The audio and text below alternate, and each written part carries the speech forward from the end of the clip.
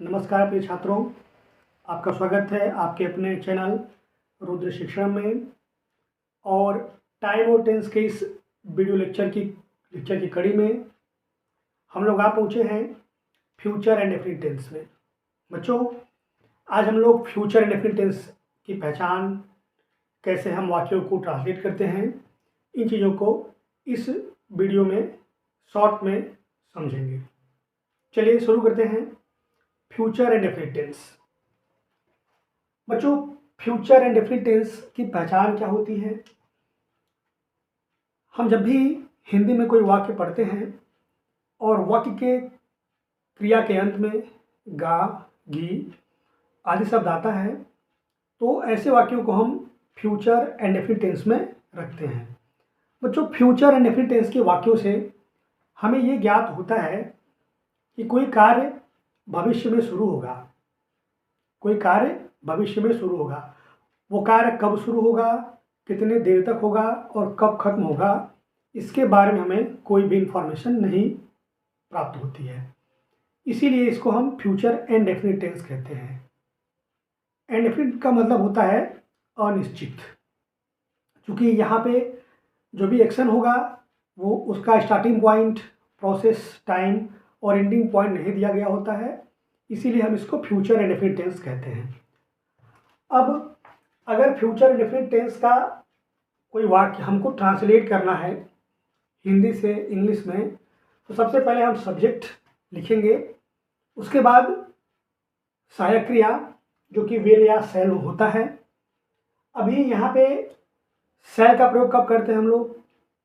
Basic concept ये होता है बच्चों, यदि हमारा सब्जेक्ट फर्स्ट पर्सन का प्रोनाउन हो, अर्थात आई या वी हो, तो हम हेल्पिंग वर्ब शैल का इस्तेमाल करते हैं। अन्य सभी कर्ताओं के साथ, अर्थात second person pronoun, third person pronoun, कोई भी नाउन हो, हम विल का यूज करेंगे। फ्यूचर एंड डेफिनिट टेंस में सदैव वर्ब की फर्स्ट फॉर्म का यूज करते हैं हम लोग। उसके बाद हमारा ऑब्जेक्ट और अन्य शब्द। For example, He will help us. He will help us. वो हम लोगों की मदद करेगा। She will cook food for us. वो हम लोगों के लिए खाना पकाएगी। अगर हमारा वाक्य नेगेटिव होता है, तो जैसा कि बच्चों आप जानते हो, कोई भी टेंस हो, अगर हमारा वाक्य नेगेटिव होता है तो हम एडवर्ब नॉट का प्रयोग करते हैं हेल्पिंग वर्ब के तुरंत बाद, मेन वर्ब से पहले। जैसे अगर हमको कोई सेंटेंस, नेगेटिव सेंटेंस बोलना हुआ, तो जैसे मैं कल विद्यालय नहीं जाऊंगा, I will not go to school tomorrow. वे लोग मेरी बात नहीं मानेंगे, दे विल नॉट ओबे मी। तो यहाँ पे हमने विल के बाद नॉट का प्रयोग किया है। बच्चों, एक बार बता दें आपको, और हम शैल का प्रयोग मॉडर्न इंग्लिश ग्रामर में फ्यूचर टेंस में न के बराबर होता है। शैल का प्रयोग कुछ विपरीत, कुछ विशेष परिस्थिति हम कहेंगे वहाँ पे करते हैं हम लोग। उसकी बात हम आगे जरूर करेंगे जब हम मॉडल वर्ब्स में शैल को पढ़ेंगे। फिलहाल हम लोग का फोकस केवल टेंस के इस लेक्चर को जल्द से जल्द खत्म करना है। अब बच्चों आगे बढ़ते हैं। अगर हमारा वाक्य प्रश्नवाचक हुआ, यस नो टाइप का, तो हम हेल्पिंग वर्ब विल या शैल को सब्जेक्ट से पहले लिख देते हैं। For example, will you go to school tomorrow? क्या तुम कल विद्यालय जाओगे? Will you go to school tomorrow? क्या तुम कल विद्यालय जाओगे? और इसी क्रम में अगर हमारा प्रश्नवाचक वाक्य डब्ल्यूएच टाइप का हुआ, तो हम प्रश्नवाचक शब्द को सबसे पहले लिख देते हैं। हम पिछले जो भी टेंस की क्लासेस किए हैं, उन सभी क्लासेस में मैंने बताया आपको कि डब्ल्यूएच टाइप का सेंटेंस कैसे होते हैं, इसमें प्रश्नवाचक शब्द कहाँ पे आपको दिखाई पड़ते हैं और कैसे हम इन वाक्यों को ट्रांसलेट करते हैं। सेम जो स्ट्रक्चर होता है, लगभग चीज़ें यहीं वहीं इस्तेमाल होती हैं हर टेंस में। बदलता क्या है हमारा, मेन वर्ब और हेल्पिंग वर्ब। तो यहाँ पे जैसे अगर हम बात करें डब्ल्यू एस टाइप के सेंटेंस के एग्जाम्पल की, तो why will they not listen to you, वे लोग तुम्हारी बात क्यों नहीं सुनेंगे, या फिर वे लोग तुम्हें क्यों नहीं सुनेंगे, तुम्हारी बात क्यों नहीं सुनेंगे, हम ऐसे दोनों तरीके से कह सकते हैं। तो इस प्रकार से हम फ्यूचर इंडेफिनिट टेंस के वाक्यों को ट्रांसलेट करते हैं। बच्चों, मैं जैसा कि मैंने पहले बताया है आपको कि हमारे पास समय का अभाव है और हाई स्कूल इंटर की बोर्ड एग्ज़ाम्स के डेट्स भी आउट हो चुके हैं, सिलेबस काफ़ी बड़ा है।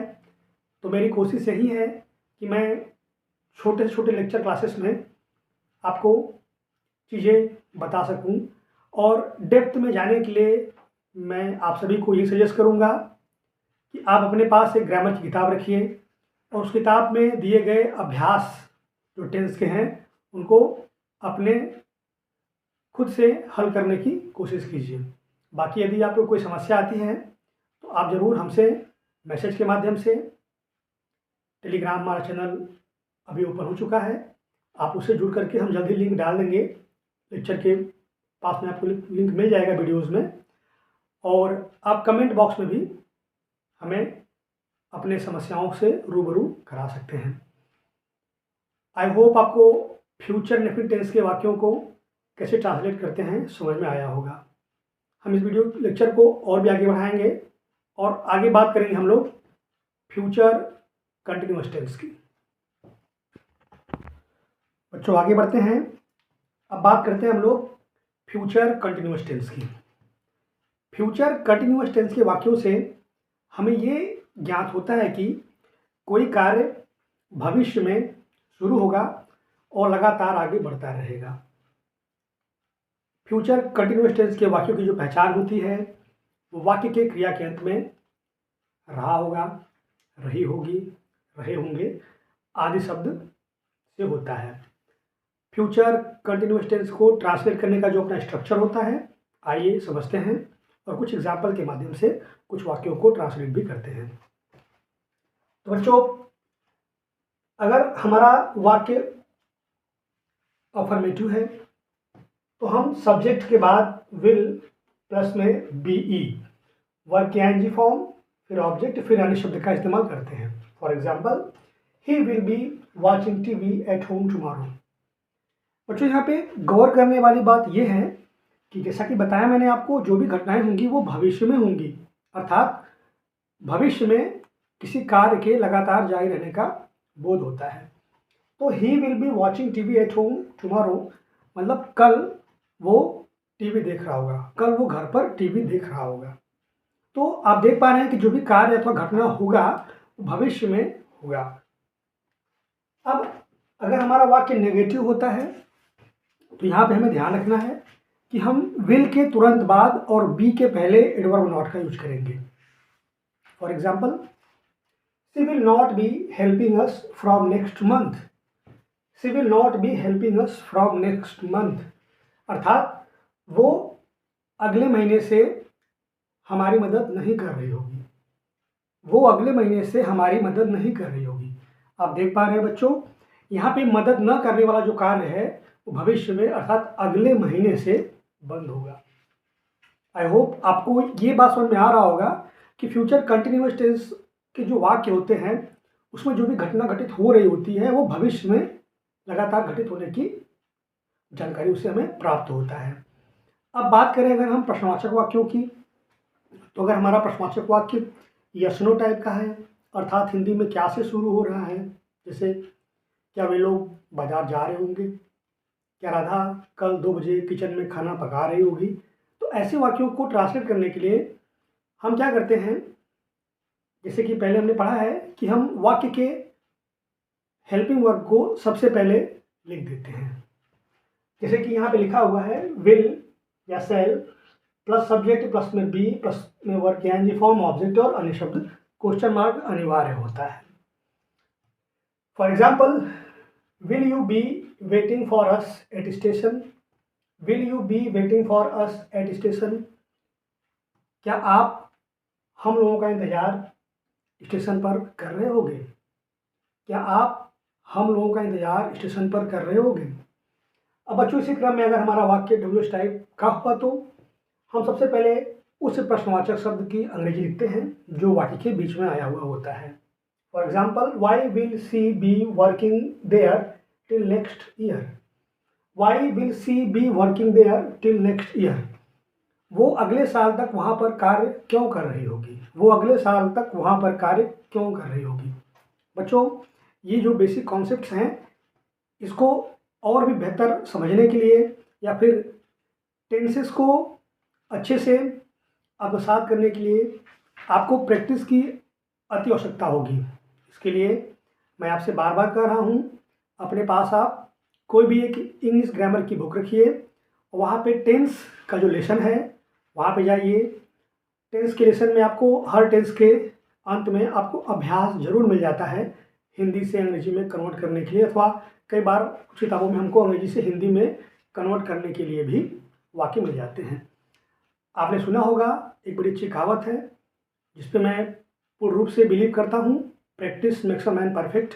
जी हाँ, और आपको चाहिए कि आप जितना प्रैक्टिस कर सकें करें, और इससे आपको जो भी आपके डाउट्स हैं, जो आपके टेंस में कुछ कमियां हैं वो भी दूर हो जाएंगी और आप बहुत ही बेहतर तरीके से टेंस को समझ पाएंगे और ट्रांसलेट भी कर पाएंगे। आई होप आपको फ्यूचर कंटिन्यूअस टेंस के जो बेसिक कॉन्सेप्ट्स हैं ट्रांसलेशन के वो समझ में आए होंगे। धन्यवाद। बच्चों आगे बढ़ते हैं और बात करते हैं फ्यूचर परफेक्ट टेंस की। फ्यूचर परफेक्ट टेंस, सबसे पहले हम पहचान की बात करते हैं। इस टेंस की पहचान जो है, हम वाक्य के क्रिया के अंत में जब देखते हैं कि शब्द जैसे चुका होगा, चुकी होगी, चुके होंगे, या फिर कई बार चुका रहेगा, चुकी रहेगी, चुके रहेंगे आते हैं। जब ये शब्द आते हैं तब हम इस प्रकार के वाक्यों को फ्यूचर परफेक्ट के अंतर्गत रखते हैं। इस प्रकार के वाक्यों से हमें ये जानकारी मिलती है कि कोई कार्य भविष्य काल में किसी समय के पहले समाप्त हो चुकेगा या फिर समाप्त हो चुका होगा। ये बात आपको ध्यान रखना है, भविष्य में किसी समय से पहले समाप्त हो चुकेगा या फिर समाप्त हो चुका रहेगा। तो यहाँ पे जैसा कि मैंने लिखा है कि वाक्य की क्रिया के अंत में चुका होगा, चुकी होगी, चुके होंगे, या कुछ जगहों पर आपको मिल जाता है चुका रहेगा, चुकी रहेगी, चुके रहेंगे। ये बात आपको ध्यान रखना है कि चुका रहेगा, चुकी रहेगी, चुके रहेंगे भी आ सकता है। अब अगर हमारे वाक्य अफर्मेटिव हैं तो इनको ट्रांसलेट करने का अपना क्या स्ट्रक्चर होता है समझते हैं। अगर हमारा वाक्य अफर्मेटिव में है तो सब्जेक्ट के बाद विल, हैव तथा वर्ब की थर्ड फॉर्म, फिर ऑब्जेक्ट और फिर अन्य शब्द का हम इस्तेमाल करते हैं। वर्ब की थर्ड फॉर्म, जैसा कि बच्चों आप जानते हो, टेंस अगर परफेक्ट है, मतलब चाहे प्रेजेंट परफेक्ट टेंस हो, चाहे पास्ट परफेक्ट टेंस हो, या फिर चाहे फ्यूचर परफेक्ट टेंस हो, अगर परफेक्ट टेंस की बात आती है तो हमेशा हम वर्ब की थर्ड फॉर्म का इस्तेमाल करते हैं। अब हम कुछ एग्जाम्पल से इस चीज़ को समझते हैं कि ट्रांसलेशन कैसे किया जाएगा। जैसे she will have finished her work by evening. ध्यान रखिएगा, she will have finished her work by evening, अर्थात वो अपना कार्य शाम तक समाप्त कर चुकी होगी, या फिर वो अपना कार्य शाम तक समाप्त कर चुकेगी। चुकी होगी या चुकेगी, मैंने बताया आपको अंत में चुकी होगी या चुकेगी दोनों मिल सकता है। और अगर हमारा वाक्य नेगेटिव हुआ तो हमें ध्यान रखना है, हम नॉट का प्रयोग विल के तुरंत बाद और हैव के बीच में करेंगे, यानी विल नॉट हैव। ये बात हमें ध्यान रखना है। For example, I will not have written this letter by 2 o'clock। I will not have written this letter by 2 o'clock। मैं इस पत्र को 2 बजे तक नहीं लिख चुका हूँगा, या फिर नहीं लिख चुकूँगा। मैं इस पत्र को 2 बजे तक नहीं लिख चुकूँगा। ध्यान रखिएगा, चुका होऊंगा या फिर चुकूँगा एक ही बात है। और अगर हमारा वाक्य प्रश्नवाचक के बाद जो है, अगर हमारा वाक्य डब्ल्यू टाइप का प्रश्नवाचक हुआ या फिर टाइप का प्रश्नवाचक हुआ तो तरीका वही पुराने वाले ही होते हैं। जैसे will you have visited America by 2025, will you have visited America by 2025, क्या आप 2025 तक अमेरिका जा चुके होंगे, या फिर क्या आप 2025 तक अमेरिका जा चुके रहेंगे। ध्यान रखिएगा, चुके होंगे या चुके रहेंगे हम ऐसे भी बोल सकते हैं। एक वाक्य और देखिए, who will have discovered the cure for cancer by 2030। ध्यान रखिएगा, who will have discovered the cure for cancer by 2030, अर्थात 2030 तक कैंसर का इलाज कौन खो चुका होगा या फिर कौन खो चुका रहेगा। 2030 तक कैंसर का इलाज कौन खो चुका होगा या फिर कौन खो चुका रहेगा। हम दोनों तरीके से बोल सकते हैं।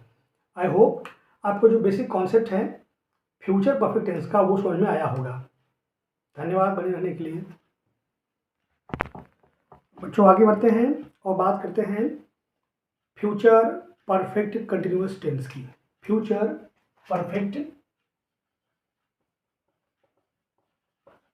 कंटिन्यूअस टेंस की, ये टेंस का के वीडियो लेक्चर का ये अंतिम टेंस है। बच्चों फ्यूचर परफेक्ट कंटिन्यूअस टेंस जो हमारा होता है, इसकी पहचान हिंदी में क्या होती है।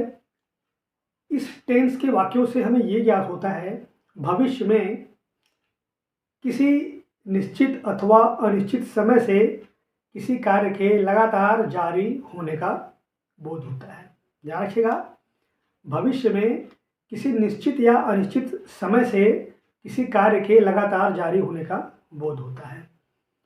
वाक्यों की पहचान हिंदी में कैसे होती है, वाक्यों के क्रिया के अंत में रहा है, रही, रहा होगा, रही होगी, रहे होंगे आदि शब्दों के साथ हमें उस वाक्य के शुरू होने का समय भी दिया होता है। जैसे वे लोग 2 सालों से इस विद्यालय में पढ़ रहे होंगे।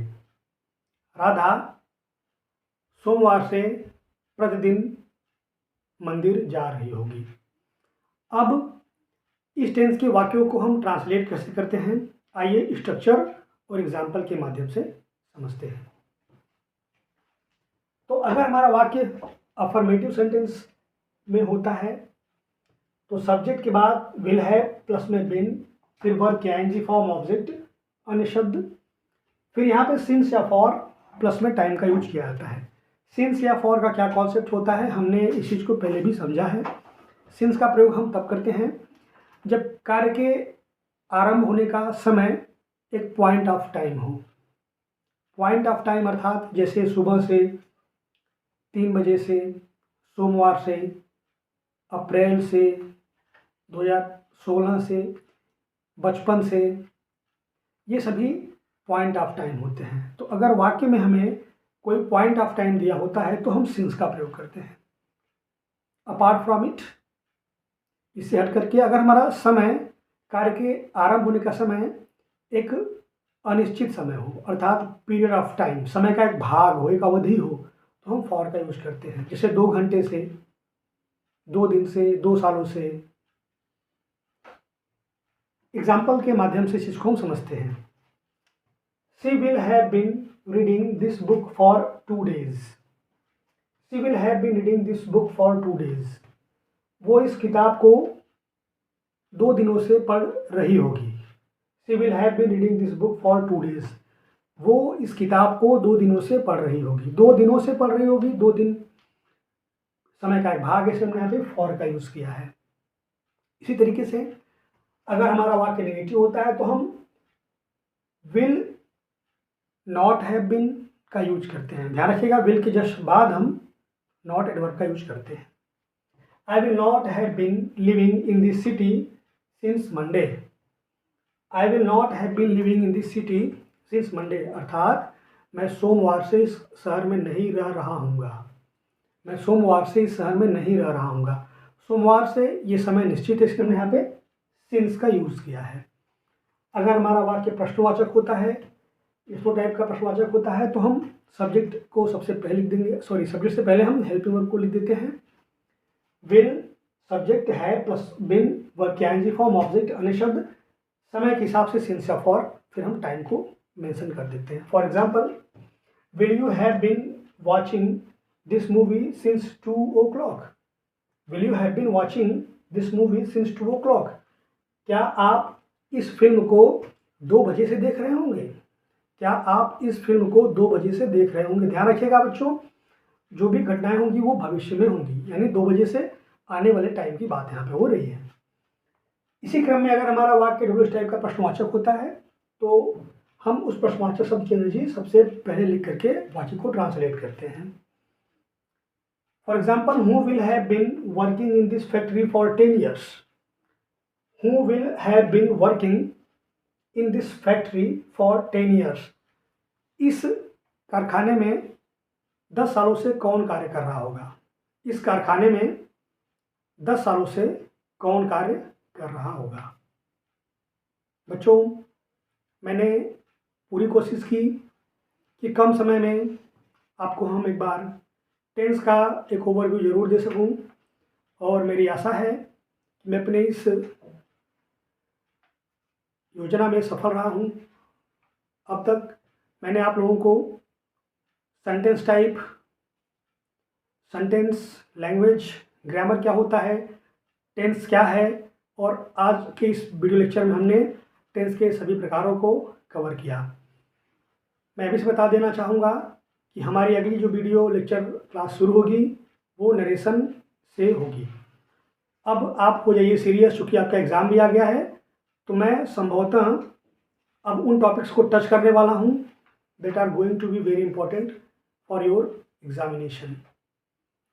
हमारे साथ बने रहिए और कोशिश कीजिए कि इस वीडियो लेक्चर को जो आपके दोस्त मित्र यार जो भी कन्फ्यूज़न में हैं टेंस को लेकर के, और आने वाले जो मेरे वीडियो लेक्चर्स होंगे वो आपके एग्ज़ाम के पर्पज़ से बहुत ही इम्पोर्टेंट होंगे, तो उनको ज़रूर सजेस्ट कीजिए हमारा चैनल और शेयर कीजिए। धन्यवाद।